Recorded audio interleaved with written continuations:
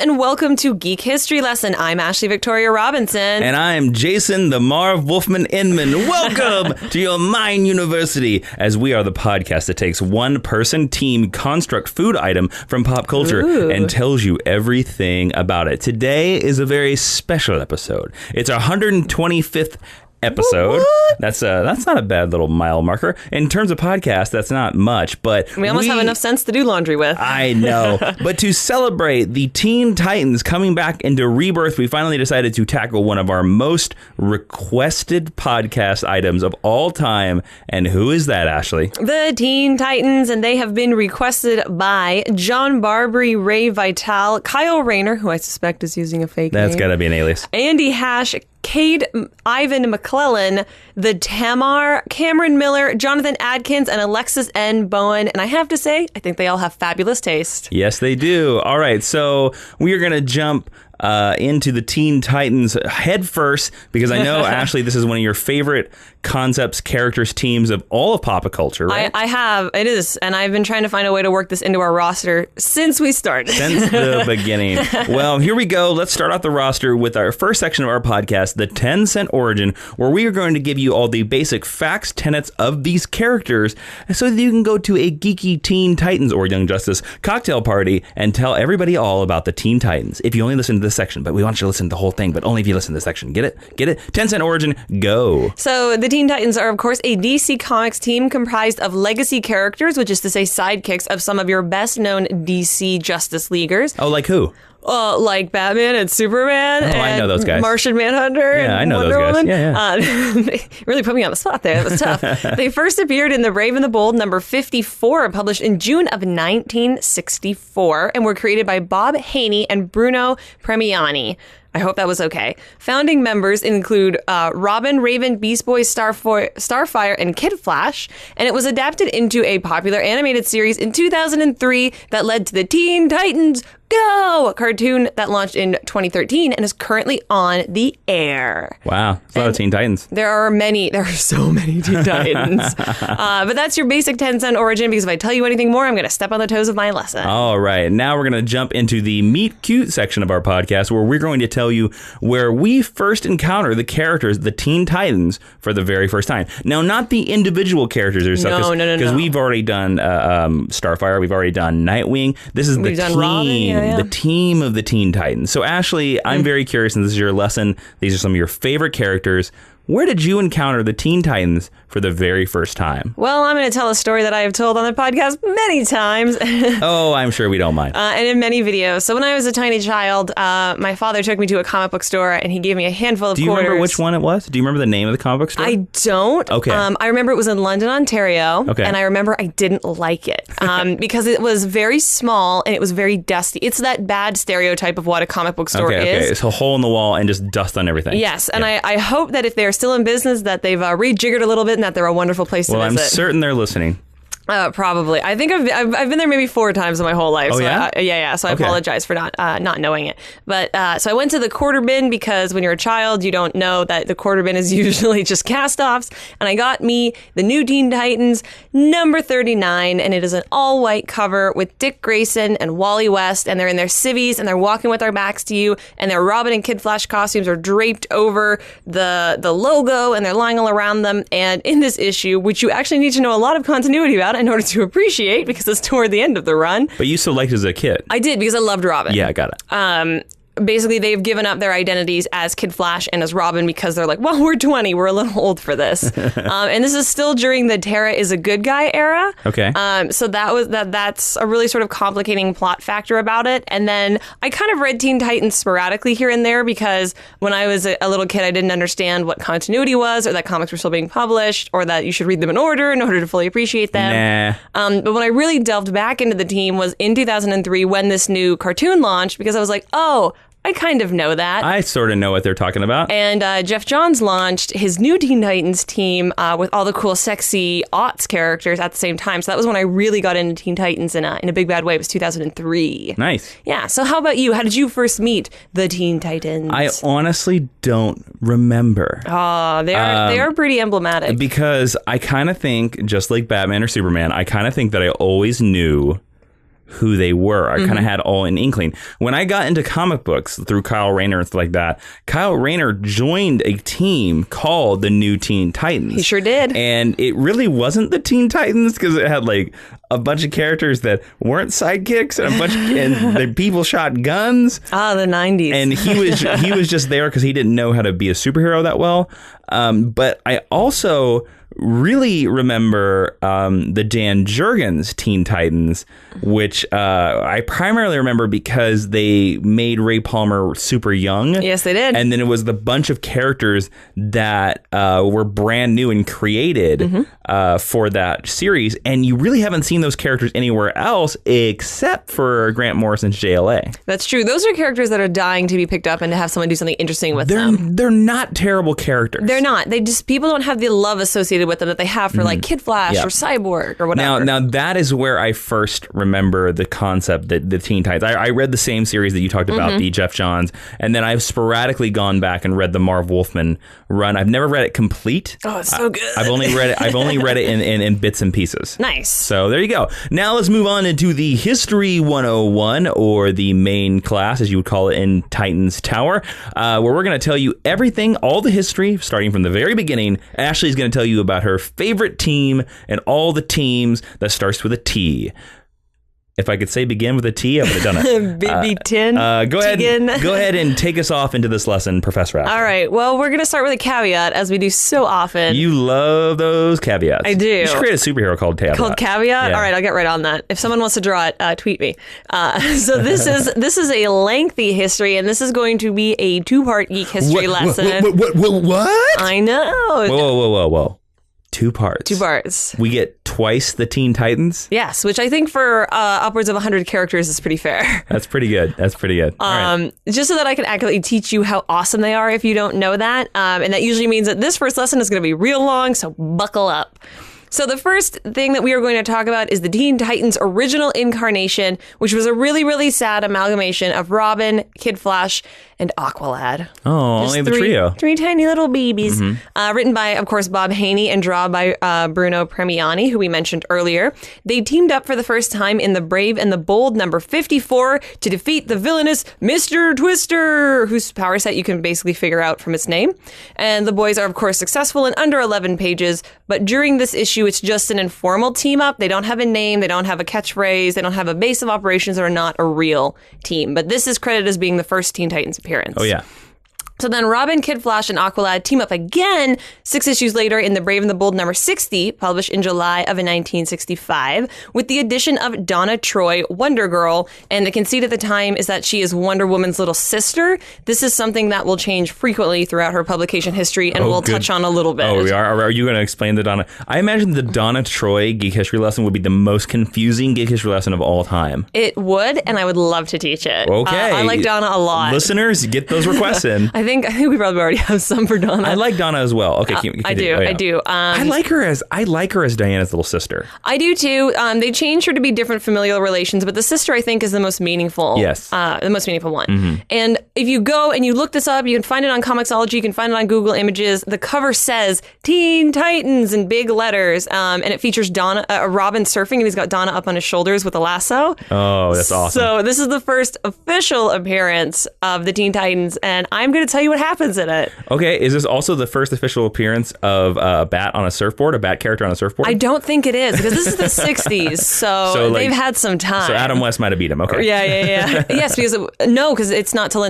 next year. Aha! But I know they do surf on a couple different covers. So Batman stole that from Robin. Teen Titans. That's right. So Midvale, right? We've all heard of Midvale. It's a sleepy surfing town, right? That's what we know Midvale for, surfing. It is attacked by a giant disembodied hand. And so they're like, oh no, what are we going to do? And Robin is off capering with Batman, and he hears it over the police radio. So he rushes to rescue Midvale, and he assembles a bunch of his besties to help him out. Why doesn't Batman come with him? Because he's got bigger fish to fry. Okay. Bigger Joker fish to fry. And so I don't deal with hands, Robin. And then when the Teen Titans show up, a disembodied foot shows up to fight with the hand in order to help, continue attacking Midvale. Okay, now just for clarification, you were actually talking about a real personification of a foot and a real personification of a hand. But you're not talking about the Marvel Ninja Clans. No. They're like red and kind of bubbly and gross, but they're just floating. Okay. Like think Star Trek, the big green space hand. The green space, it's exactly like that. So the Teen Titans, they roll into town. They get the skinny from some cool kids about what's been going on. A bunch more body parts appear to fight them, including a giant eyeball. And then like halfway through the issue, they finally assemble into this giant monster who's also featured on the cover. And the Teen Titans beat it with the power of whales and porpoises. And while the whales and porpoises are attacking the giant monster, they can capture all the grateful townsfolk who have been enduring this horrible thing. They get celebrated and they end the issues as heroes. Okay. That is your first adventure of the Teen Titans. I mean, that sounds like the Justice League should have been called, but okay. No, just embodied hand, like the little nuggets can handle it. They'll be fine. They can get the skinny on it. Yeah. Okay. And it's funny because even though Donna does have a lasso of truth, she basically just uses it to she doesn't use it as a polygraph at all. She uses it as a weapon. She uses it as the rodeo. Yeah, rodeo, yes, exactly. The team reunites for their second formal appearance in Showcase number 59 from December of 1965, so a little later the same year. And after that adventure, they are spun out into their own titular series. Yay! Teen Titans number 1 is written by their creator, Bob Haney, with a new artist, Nick Carney, who is featured in the Will Eisner Comic Hall of Fame for his contributions to Aquaman. That's where you may have heard that name before. Stepping on to draw these We've mentioned him a couple characters. times in previous episodes. Many times. So the premise of this original Teen Titans series is that teens all around the world will call up these superheroes their own age to help them deal with dangerous threats and personal problems. Okay, so teenagers around the world have a hotline to the Teen Titans. Yeah. So there you go. It's like 555 skinny. 555 scaly underoos. That's SKNY, skinny. Yeah, because you got to be him. Yep. And there is little to no ongoing narrative in these early stories. They're entirely one-off adventures, as was the convention at the time. Bob Haney's writing on the initial Teen Titans series was made fun of by others within the comic book profession because he tried to include and invent slang words for his teenage protagonists. And Robin, Kid Flash, Donna, and Aqualad were nicknamed the Cool Quartet and the Fab Foursome internally at DC Comics because of their use of slang and pop culture references. And fun fact, both Bob Dylan and the Beatles are mentioned in the series in an attempt to reach younger readers that DC was worried were slipping away. I actually think it's Bob Haney. Yes. I think that's actually a really smart move. I do too, and it's something that has been co-opted by almost everybody writing teenagers right now. Yeah, right. Like, I just think, and isn't it funny that like all the other like corporate guys at DC were just like, oh, what the hell you doing, Bob? And we're like, yuck, you're so funny. I fought the Great War. I mean, I don't know. Probably.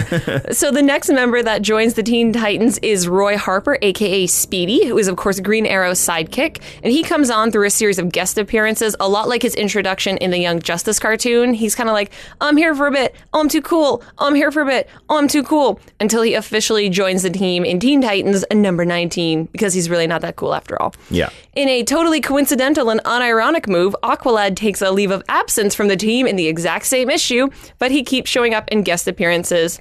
Although he is sometimes replaced by his girlfriend, Aqualad, and this is the Tula, Aqua Girl. As I say, yeah. It was very progressive for the 60s. Very progressive in the 60s. I'm a girl and I'm called Aqualad. They were like, oh, trans rights. This is so cool. Yep. No, he's replaced by Aqua Girl, the Tula version of Aqua Girl, because there's two versions of Aqua Girl. That's another geek history lesson. Yes, it is. So here's a little note about the publication history.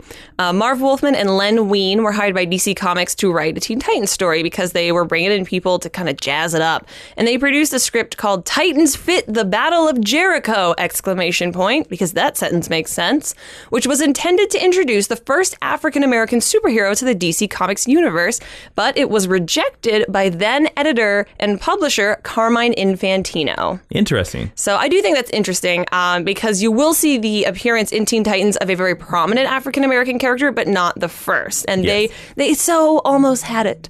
The story that they wrote was retooled by Neil Adams and then published in Teen Titans number 20 in March of 1969. Teen Titans number 22, which is in July of the same year, written by Marv Wolfman with artist Gil Kane, gives Donna a new costume. And this is the one that I actually like the most. It's a t-shirt and shorts, but they are a callback to Wonder Woman's costume. So her t-shirt is red with a gold symbol, and then she's got blue star-spangled shorts, as opposed to the one-piece suit. And she's given an official origin. So I'm going to tell you the official origin of Donna Troy. The first official origin of Donna Troy. Yes. Up to this point in publication history, 1969. Everyone out there, this is a preview of what the Donna Troy episode could be. So hold on to your blue spangled skibbies. So Donna is suffering mysterious attacks of dizziness. Oh no! She reveals to her teammates that she's not an Amazon. What? She's a human born in the USA, and her house burned down when she was 2 years old, and she can't even remember it. Wonder Woman heard Donna's crying and flew across the world to save her and put out the fire. But when she tried to figure out where her parents were, the landlady revealed that Donna had no parents, and no one had ever been renting her room. She had no real identity. So Wonder Woman brought Donna back to Paradise Island, because what else are you going to do with the screaming baby? And she brought her up as an Amazon, even though she could not keep up with her peers. Then the Amazons decided to use the purple healing ray on her to alter Donna's molecular structure and make her strong, and that is how Donna Troy became Wonder Girl. Oh. Okay, so she... she was in... I don't know how to ask this question. She was in a burning house...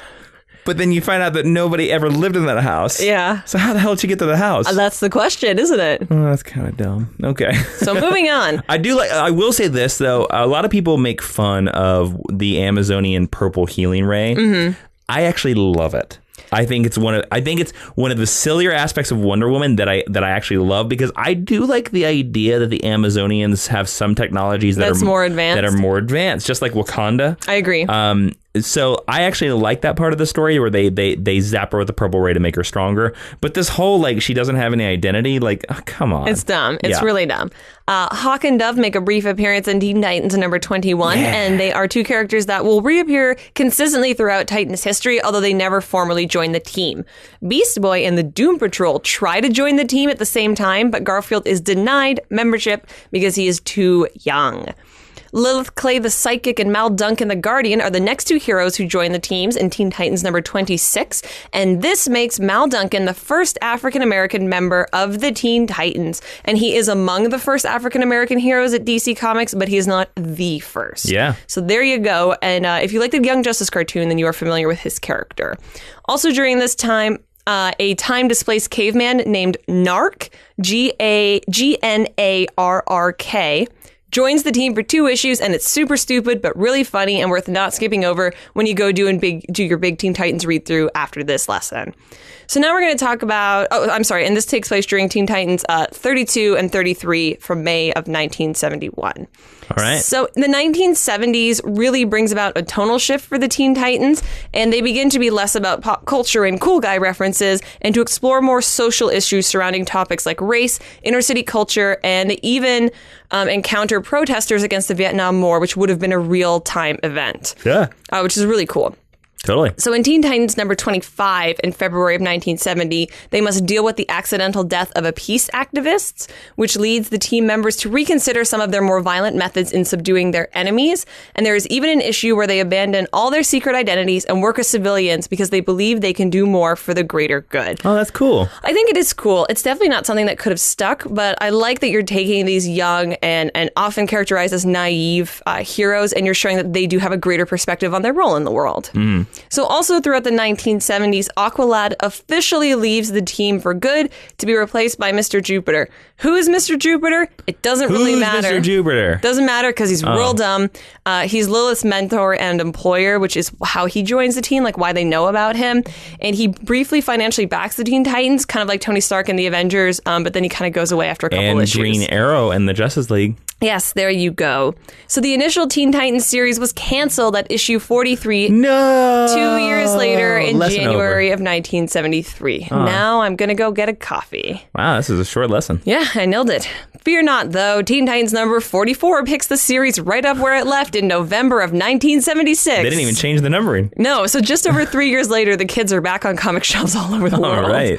And the coolest thing about this revival is really that it includes Bumblebee as a member of their team. And the cool thing about Bumblebee, and I think we've talked about it here before. We have. She is the first African-American female superhero, and she's a character that I have a great affinity for. Yes, and she was the first African-American superhero, which was, as we learned in our Vixen Geek History lesson, which you can go find on iTunes. It was supposed to be Vixen. Yep. But Bumblebee beat her to the scene. Bumblebee beat her. She had better hair. Yep. The revival also introduces the idea of Teen Titans West, which is, of course, a West Coast team that is featured prominently in the cartoon series as well. Titans West includes the original Bat Dash Girl, Betty Kane, and Golden Eagle. Who's that? Doesn't matter. Teen Titans number 48 was the introduction of Joker's daughter, a character that began appearing a lot more in comics since the launch of the New 52, but is actually a lot older than I ever thought. I didn't realize that she was a 1970s character. Yeah. And the series... And she also made a lot of appearances before the New 52 as well. Yes, but that's... When people think of the Joker's daughter, I think they really think of the New 52 version. Yeah, sure. And the series was canceled with issue number 53 in February of 1978, which basically just retells the team's origin, and the end of which features all the team members concluding that since they're now in their 20s, they're too old to keep being Teen Titans. But you know who's not too old to be Teen Titans? Me. Professor Jason and I. I knew it. And if you want to support our childish teenage heroic antics, you can head on over to patreon.com/Jawiin, Jawiin, and get yourself all kinds of great exclusive concepts. You can get Geek History Lesson a day early and disseminate all this information to your friends as if it was your own. And you can also get our exclusive Geek History Lesson Extra podcast, where today we are talking about what we want to see in a Teen Titans movie. Now let's expand on that. Like I've had a lot of questions on the internet. A lot of people have asked us, what is Geek History Lesson Extra? And Geek History Lesson Extra is where we tend to go deeper on some of the topics. It's more conversational because the main podcast is all about us imparting the information because we want you to learn.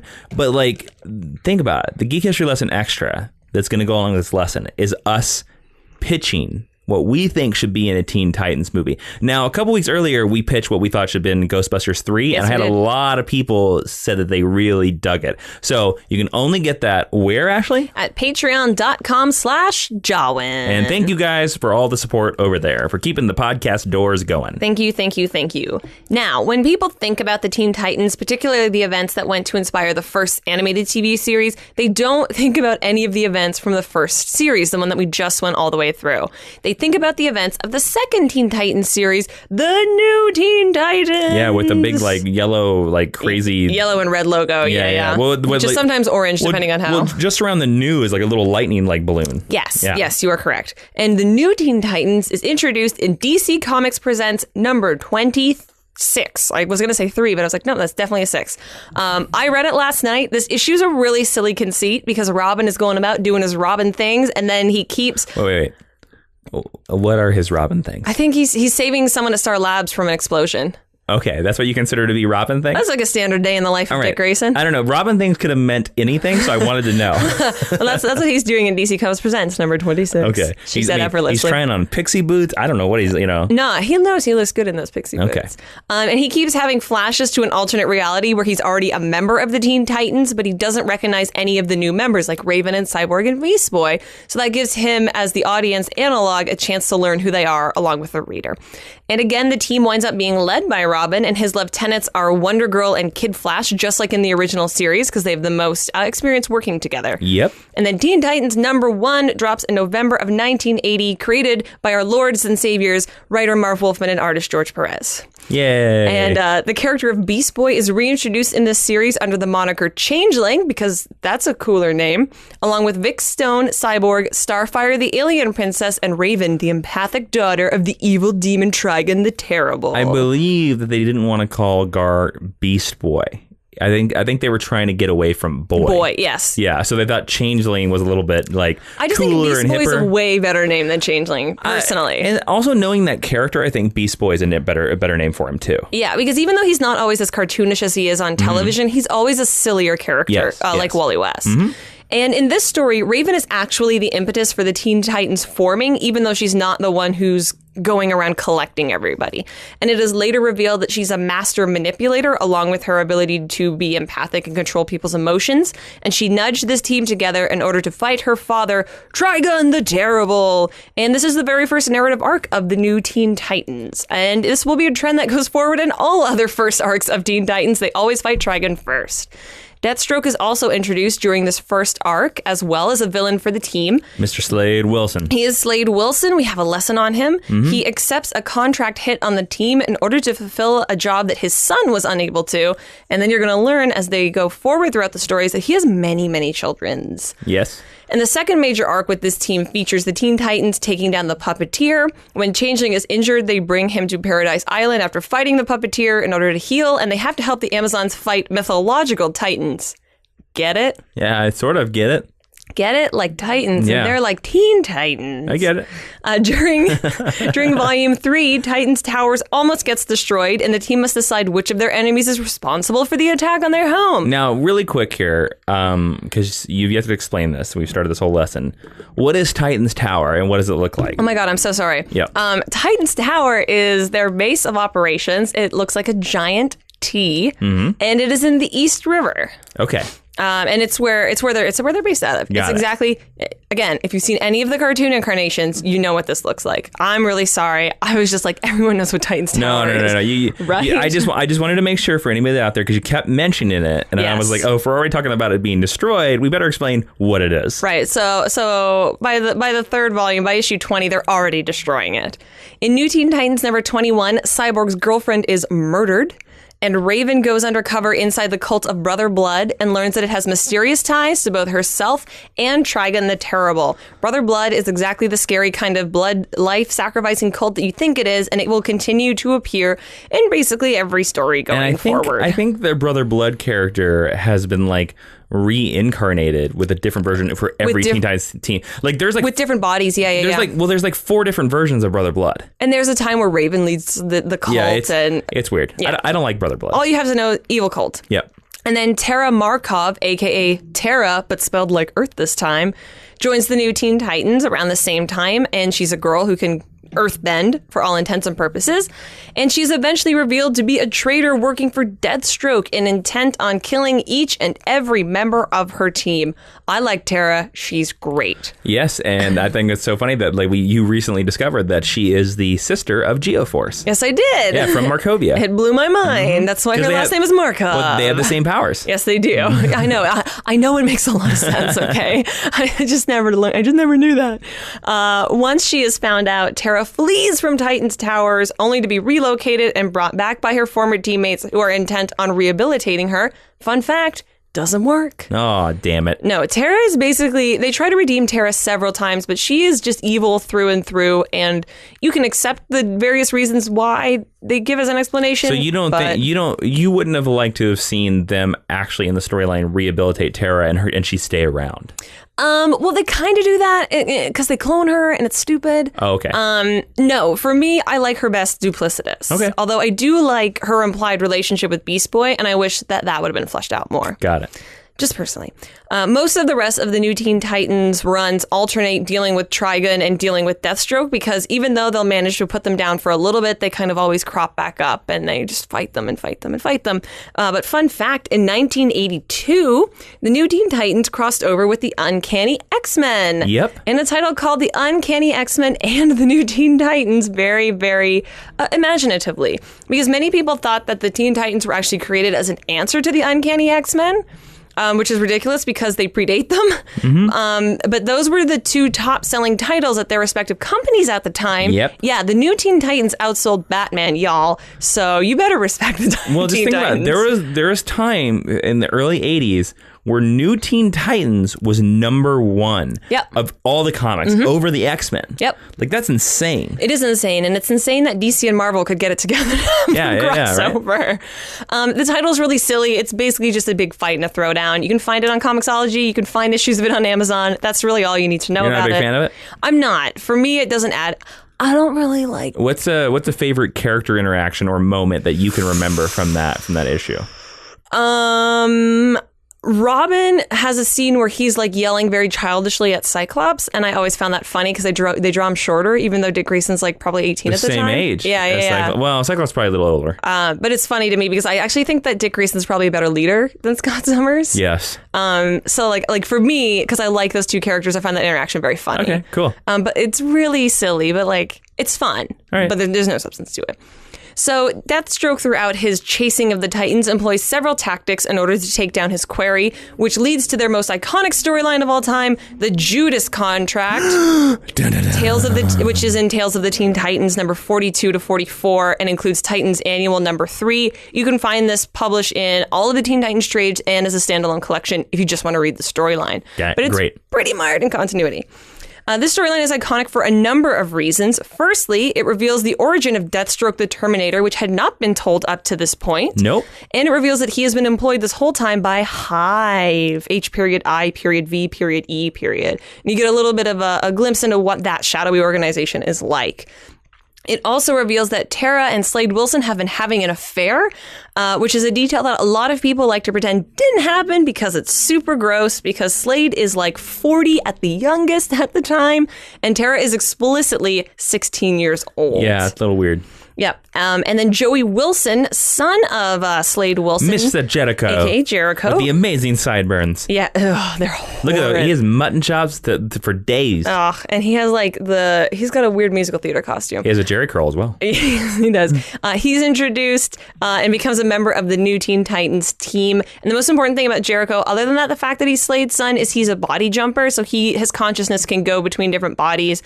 And sometimes that makes him a bad guy. Mm-hmm. This also features the first appearance of Dick Grayson as Nightwing in his most awesomely terrible costume to date, which we lovingly here call the Disco Wing costume. Yes, Disco Wing. Yeah, Dick Grayson quits being Robin and appears as Nightwing in the Judas Contract for the very first time. Yeah, it's cool and terrible all at the same time. It is so cool. You be quiet. Can't wait to own that action figure. Disco Wing. Fun fact, the Judas Contract won the Comics Buyer's Guide Fan Award for Favorite Comic Book Story in 1984. Cool. And was reprinted as one of the first trade paperbacks in 1988. Now, this is something that's hard to imagine because since about 2002, 2004. I would say the 2000. Everything gets a trade paperback. Yep. And many stories get second, third, fourth. Watchmen's up to like its 17th printing. It was a big deal back in the day to get any storyline collected and reprinted as a trade paperback. Mm-hmm. And the Judas Contract got 3 printings.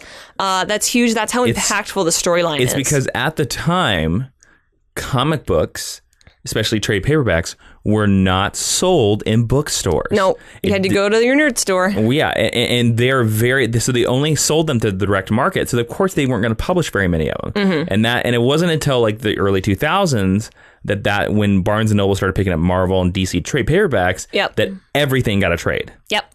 And then there are a couple other real notable storylines for the new Teen Titans run, and we'll go through all of them briefly. These are the ones that if you're going to pick and choose the later stuff, these are the ones you want to get your hands on. There's a story called A Day in the Life, ... And it's kind of what it sounds like. Readers get a chance to see what each individual Titan's day is like. It's a really nice character piece, especially... Do you have a favorite? What's a favorite day in the life of the issue? I really like Starfire's because Starfire's never a character... Like, I was definitely like, oh, I'm different. I'm like Raven as a child. And for me, seeing Starfire's like weird choices is... gave me an appreciation for her that I didn't have before as a kid. There is who is Donna Troy? And Robin investigates the secrets of Wonder Girl's origin. And it gets a little bit of a retcon here, but it's not really important enough to talk about. There's one called We Are Gathered Here Today. This is Wonder Girl's wedding to Terry Long. I know that issue. Yeah, it's kind of silly, but it's nice to see the Titans united together for something positive as opposed to trying to save the world from destruction. And then Tales of the New Teen Titans is a miniseries that has since been collected as a trade that gives the origin for all of the new Wolfman Perez team members, including Cyborg, Changeling, Raven, and Starfire. So those are the ones that I would recommend picking up. Isn't it crazy to think, too, interesting thing, except for Beast Boy, Cyborg, Raven, and Starfire were all created for this series. Yeah. And now I would say that they are easily as iconic as Robin, Wonder Girl, Speedy. I mean...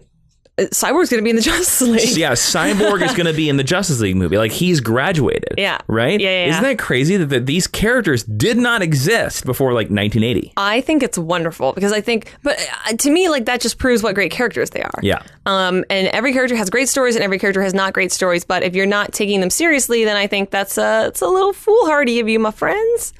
So the new Teen Titans comes to an end in 1984, very tragically, only to be relaunched at #1 in August of the same year. Okay. So you'll notice that Teen Titans will end because you'll notice that sales are dropping off, and then someone at DC comes along and is like, hey, we like Teen Titans. Can we just keep doing that? Well, I was actually gonna surmise that I wonder if it was canceled because of the Crisis, because 85 is the Crisis on Infinite Earths. See, that's a really good idea. That's a really smart idea. And the first issue stirred up some controversy when Nightwing and Starfire were depicted in the same bed together. If you Google like Nightwing and Starfire in bed with your safe search on, this is the first one that will come up. Yes, please use your safe search. Wait, now let me ask you. I wonder, is this the secret origin of Nightwing being a man-bo? Probably. Despite the fact that they had been established as a couple for the better part of a decade. Well, come on. Oh, come on, guys. All right, then no big deal. Yeah, so like, it's not even that, like, it's not sexy. You know, they're just laying there. They're just laying in bed like people do. But they were like, oh no, nudity. And then implied nudity. Right, implied nudity. There's a blanket. As with the initial run, the first arc of this is called Volume 2 of the New Teen Titans. Got it. It deals with them battling Trigon. Oh, that guy. Because he takes over the Earth and he's like, I'm pretty sure that Raven would be the right person to be my right-hand lady. Like, can I ask you a question? Yes. You are a big Raven fan. I love Raven. It's the second story arc of Trigon again. Mm-hmm. Do you like Trigon? No, not especially. Why? Because he's not a character. He's a 2D. He's a caricature. Okay. He's not a real. I agree with you. I have never liked Trigon, and I think beyond introducing Raven, he's so overused. Right, because I like the idea that Raven is the half demon, like the daughter of a demon. That's a great idea, especially for who the character is and her power sets. Yeah. But I don't need to see him like trying to take over the world, and then she's like, she'll go and like do some demon-y stuff with him, and then she's like, oh right, I'm a good guy. I gotta go save Beast Boy. Yeah. And for me, it becomes, after this point, it becomes a tired trope because it's just the same story over and over again. It even gets revisited in Jeff Johns' Teen Titans run. Well, it even got revisited in that recent movie, Justice League versus Teen Titans. Yes. You know? I don't mind it. I don't mind it so much like in movies, or it's a big arc of the 2003 Teen Titans cartoon. Oh, really? Okay. It is, because you're introducing me to a character again. Got it. But when it's like an established continuity that's been around for like 10, 20, 30, 40 years, I'm like, we can do different stuff with Raven. So hopefully in Teen Titans Rebirth, we don't see Trigon. Yes. It would be our preference to not see Trigon. We might see Trigon, who knows? It would definitely be my preference not to see him. Great. Okay, I'm just curious. Yeah. So Raven, of course, has a big internal struggle to remain good, and she basically manages to pull it off. Artist George Perez left the book after issue 5 of this new volume, and Jose Luis Garcia Lopez, awesome name, followed up, and then he was eventually replaced by Eduardo Barreto. They all sound like James Bond villains. Paul Levitt stepped in a couple times on writing duty when Marv Wolfman took a brief leave of absences from the title.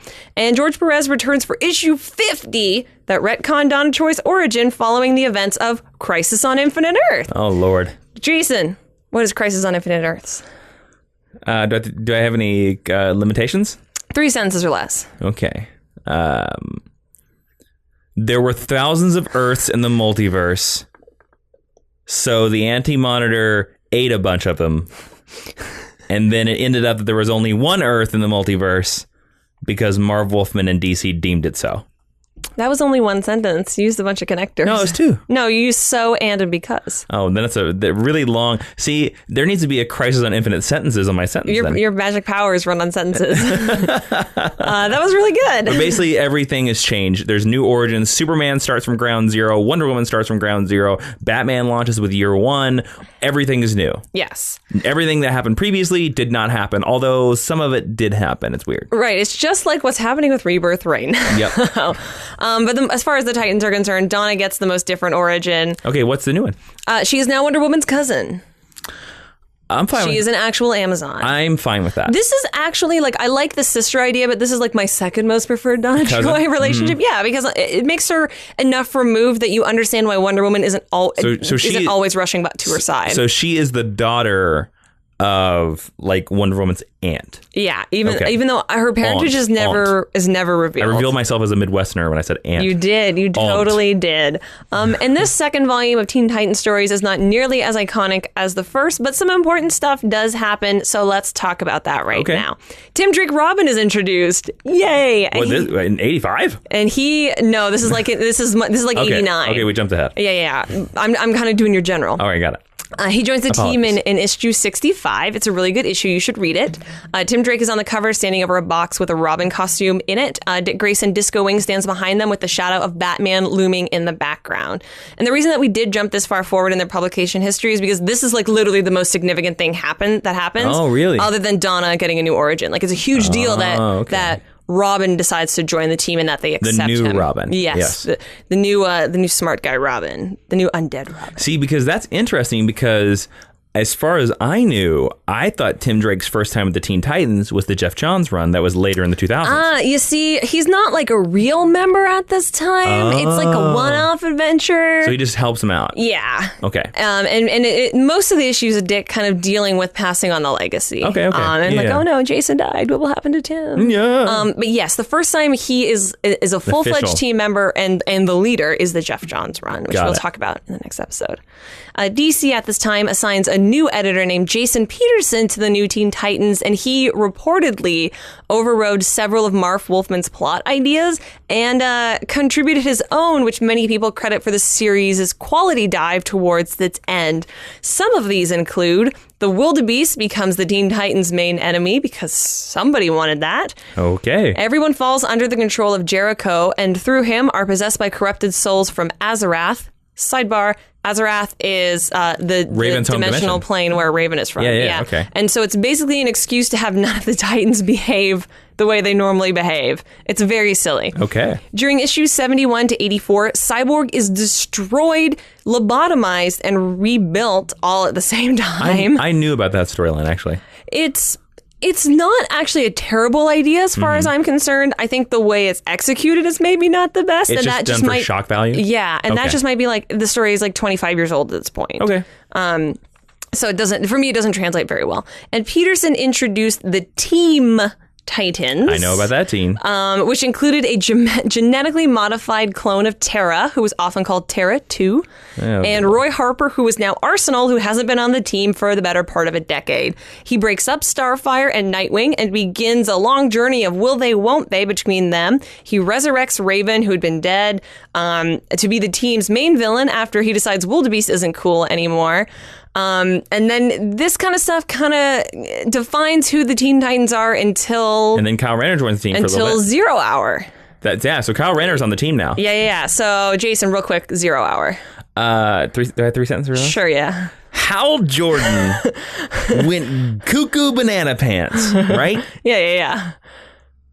And he tries to reset the universe. There you go. That's it. And he punches a lot of people, including Green Arrow and Kyle Rayner Green Lantern. Yes. Yep. But actually, if you want a little bit of a publication history, which I don't know if we've talked about, we should...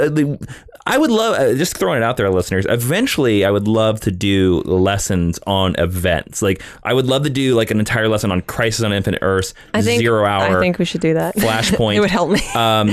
And literally like just break it down issue by issue. That's a smart idea. And then also look at the ramifications past. We should do that whenever the next big event comes up. Sure. Now, 0 Hour mainly happened because they were trying to clean up some of the continuity, because at that point it had been 10 years since Crisis on Infinite Earths. Yes. The coolest thing about 0 Hour, I actually really like 0 Hour. Mm-hmm. All the issues got 0 issues, and it launched some cool new ideas like Starman. Yes. But actually the main miniseries of 0 Hour is the entire DC universe basically fighting evil Hal Jordan. Mm-hmm. So, following all the DC Universe fighting evil Hal Jordan, Nightwing is removed and no longer a part of the team, and younger heroes are introduced to bring on a sexier flavor, including Damage, Impulse, Bart Allen, Mirage, and Not Evil Terra 2. And this is also the time when Kyle Rayner appears in the title, like Jason said, because he kind of needs to know how to do the heroing thing, and also because he's dating Donna Troy. Yes, well, this series sets up him dating Donna Troy. Yes. Because he meets her because he joins this title. Yes, and I know that Jason is a big fan of them meeting and dating, so... I'm not really. I'm not a huge fan of Kyle and Donna Troy, because I think that for me, she's older than him. But I think that... like uncomfortably older than him? Not uncomfortably older than him, but she's got some age on him. And also, if she's an Amazonian, I just don't think that she works for him. Right, and she's an Amazonian. I mean, you can effectively assume that she's ageless. I mean, for me, if I were to place the age of Kyle Rayner, it would be at the midpoint between Dick Grayson and Tim Drake. It would be exactly. Yes. It would be exactly in the middle, because I don't see Kyle as old as Dick. I think he's about like 5 years younger than Dick Grayson. But he's not as young as Tim Drake. No. Can I ask? Do you think that because she's an Amazon, you think she won't put up with like his sensitive artist nonsense? Exactly. Also, here's the arc of Kyle Rayner. Sure. At this time, Kyle Rayner's a punk. This is like super Dick. And he has no idea how to do anything. And so, like, I don't think she has any... She's been a superhero for like 10 years now. She's a pro. Yeah. She got no time for this guy. So this is when she was wearing her like full body black jumpsuit with the stars on it. And no, this is a little bit before that period. Actually, at this point in time, you're right. when her and Kyle meet, Donna Troy is part of another team called the Dark Stars. Oh. And the Dark Stars are a team that nobody remembers because they don't matter. But they were sort of like an intergalactic police force, like the Green Lanterns, and they had like a red costume with like a white chest piece and like a black star. And she was also part of the Team Titans. Yeah. And when she was in the Team Titans, she wore her Dark Stars uniform. So at this point, were like, look. So Donna Troy is in like 7 teams at this point. We're way off the subject. We are. It's okay. We're really close to the end. History of the Dark Stars. But whenever you see pictures of them together, she always has that black jumpsuit on. Yes, I think you're like about a year or two from when she gets that black jumpsuit. That's all right. I didn't have it in my notes because it wasn't a major character shift. It's all good. It's her best costume though, the black with the stars. Oh, definitely. And sadly, sales progressively dropped off despite many crossover events in the series, leading to it ending at issue 130. Oh. Which is also where we're going to end today's lesson. Oh, but then that's it for the Teen Titans then. Well, only until next week. Oh, okay, because we didn't talk about my favorite Teen Titans team. No, mine either. Yeah, I know. We're getting there. So there you go. Cool. So that's it for the part 1 of the Teen Titans. We ended the Marv Wolfman legacy run. Yeah, I hope too that gives you a little if you don't already, if you have like a sense of respect and perspective for how hard and how long he worked on these characters. You know, we accidentally we got to meet the guy. We accidentally had lunch with him. We accidentally had lunch with Marv Wolfman at Phoenix Comic Con. This is not a name drop of anything. No. But for a lover of Nightwing, for like me, and for you as like a huge Teen Titans fan, meeting him was awesome. And he was a very nice guy. But when you look at like the modern DC universe, remember how when I taught the Fantastic Four lesson, I was like, everything in the Marvel universe right now comes from Fantastic Four. I think a lot of the DC universe right now comes from New Teen Titans. I think so too. And again, if you want to scoff at that, listener, it was the best-selling book for a decade. For most of the 80s. And I will say, because I've been going back and rereading the series in preparation for this lesson, it is verbose. It's no Chris Claremont, and it really holds up. I'm going to do recommended reading next lesson, but I really recommend going and checking out New Teen Titans. Okay. It's a ton of fun. Well, since this is part 1 of Teen Titans, and we're sitting in about the year of 1995, the lesson that's as far as we got. Ish, yeah. What is the next section of our podcast? What are we gonna do? Since recommended reading is going to be in part 2, what do we move on to here, Professor Ashley? We move on to the end of the lesson, and then everyone hops over to Geek History Lesson Extra and checks out what we're going to talk about there. Oh, no quick discussions or anything like that? Nope. Okay. All right, this is going to be a semi-short Geek History lesson then, as we just close it out and we send you on into next week. Guys, thank you guys so much for listening. As always, you can find the podcast on iTunes, Stitcher, and SoundCloud. And head on over to iTunes and review the podcast for us and leave a rating, because it helps other listeners find the podcast just like you. And if you want to suggest other lessons like Dark Stars or 0 Hour or Donna Troy or anything like that, where can they do that, Ashley? You can do that on Facebook.com/geekhistorylesson or geekhistorylesson.com. There are several methods to contact us in both places. Yes, you can find me on Twitter at Jawiin, Jawiin. You can find Ashley on Twitter at Ashley V. Robinson. Complain to us about our hatred of Trigon over there to your heart's content.